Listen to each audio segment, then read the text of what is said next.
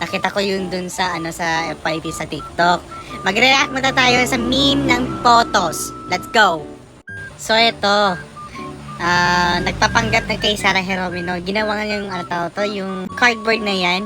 Ito yung pinapanggap niya. Ito ginugustuhin yung photobot. Ito. I'm sorry po. Well, congratulations anak.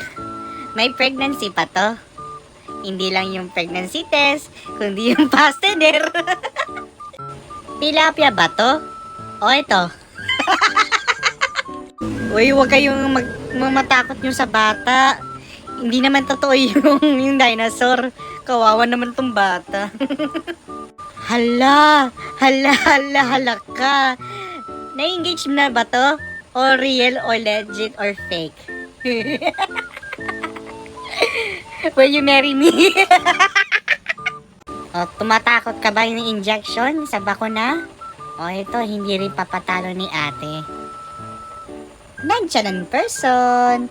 Hindi lang yung maling, hindi lang sausage, hindi lang ham and cheese, kundi sardinas. Ito nga pala, introducing scam.